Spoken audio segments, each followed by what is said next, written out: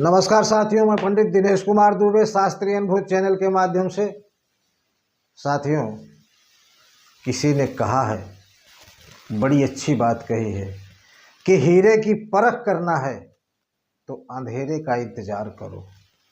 हीरे की परख करना है तो अंधेरे का इंतजार करो, वरना धूप में तो कांच भी चमकने लगते हैं। बहुत सही बात कही है। आज की कहानी इसी पर आधारित है।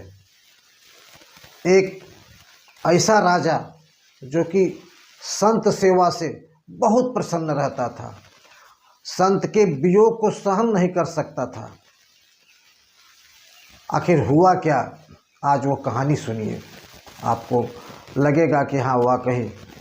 और भाई भी, संत की सेवा से जो फल मिल जाता है वो दुनिया में कहीं भी नहीं मिलता है। सारे सुखों की खान है संत सेवा। और इसीलिए आज ये कहानी भी उन महापुरुष के लिए, उन संतों के लिए आप लोगों के साथ सब कुछ समर्पित करता हूँ। एक बहुत बड़े राजा थे और राजा बहुत महान भक्त थे, बहुत ही बड़े संत सेवी थे। उन्होंने अपने जीवन में हमेशा संतों का आदर किया, संतों की सेवा की। तो उनके यहाँ बहुत से संत आते जाते रहते थे। एक बार की बात है, एक महान संत, एक महापुरुष अपने भक्तों के, अपने शिष्यों के साथ राजा के दरबार में पधारे और राजा ने उनकी बड़ी आवभगत की। और उस महान संत के सत्संग से प्रभावित होकर राजा ने उनको जाने ही नहीं दिया, उनको रोके रखा। महाराज जी आज रुक जाइए, आज हमारे घर में ये है, महाराज जी कल चले जाना, परसों चले जाना। इस तरीके से कोई न कोई बहाना बनाकर राजा उस संत को रोक लेता था। क्योंकि संत बड़े सरल हृदय के व्यक्ति होते हैं। व्यक्ति तो नहीं, वो सोचिए बड़े सरल हृदय के भगवान होते हैं। और वैसे भी कलयुग में अगर संत हैं तो साक्षात भगवान ही है। तो एक दिन संत ने सोचा कि अब हमको यहाँ से चल देना चाहिए। और उन्होंने निश्चय किया कि हम कल यहाँ से चले जाएंगे, चाहे जो हो जाए।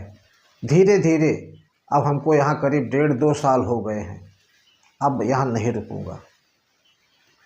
जब राजा ने सुना कि कल संत चले जाएंगे, तब राजा की हवा बिगड़ गई। राजा ने सोचा कि अगर संत चले जाएंगे तो मेरे प्राण भी छूट जाएंगे, मैं जिंदा नहीं रह सकूंगा। उसके अंदर इतना बड़ा भाव पैदा हो गया था उस संत के प्रति कि अगर संत नहीं रहेंगे तो मैं इस शरीर को रख के क्या करूंगा, मैं भी शरीर छोड़ दूंगा। हुआ ये कि रानी ने देखा कि हमारे राजा संत के वियोग में पागल हो गए हैं। जो संत कल चले जाएंगे तो राजा भी शरीर छोड़ देंगे, राजा जिंदा नहीं रहेंगे। अब रानी ने सोचा क्या करूं कि संत रुक जाएं। जब उसको कोई उपाय नहीं सूझा तो उसने अपने पुत्र को, जो उसका कि लाडला पुत्र था, एक ही पुत्र था, उसने अपने पुत्र को जहर दे दिया। अपने पुत्र को विष देकर खत्म कर दिया। अब भोर होते ही लगी जोर जोर से रोने। इधर घर की दासियां तब सब रोना चालू हो गया। अब ये बात राजमहल में उस महापुरुष तक पहुंची, संत तक पहुंची, जो कि जाने के लिए तैयार थे। ये क्या हो गया? तो ये हुआ कि राजा का लड़का मर गया।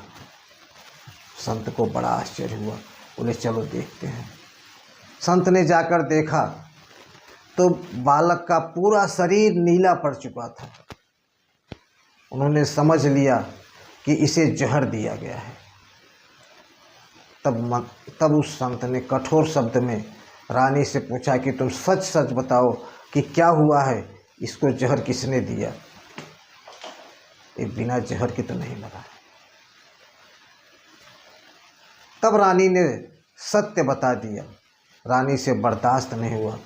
बोली, महाराज मुझे पता था आज आप चले जाएंगे, और आप चले जाएंगे तो हमारे राजा भी प्राण छोड़ देंगे। आपके वियोग में हमारे राजा जिंदा नहीं रहेंगे, और जब राजा नहीं रहेंगे तो मैं भी नहीं रहूँगी। इसलिए मैंने सोचा कि अपने पुत्र को मार डालती हूँ, हो सकता है इसकी वजह से आप शायद रुक जाएं। महापुरुष ने ऐसा भाव देखकर भगवान से प्रार्थना की, हे प्रभु, दुनिया में ऐसा प्रेमी, ऐसा भक्त नहीं है, आप इसके पुत्र को जिंदा कर दीजिए। और ईश्वर ने उसकी प्रार्थना सुनी और उसका पुत्र जीवित हो गया। उसके बाद उस महान संत ने राजा से कहा कि आज के बाद मैं आपके यहाँ से नहीं जाऊँगा। आप मुझे मार कर भी भगाएंगे तब भी हम यहाँ नहीं जाएंगे, अब हम हमेशा यहीं रहेंगे। उनके जो भक्त थोड़े बहुत जो जाना चाहते थे उनको विदा किया, और वो महान संत उन्हीं राजा के पास रहने लगे। तो साथियों, ये रही आज की कहानी।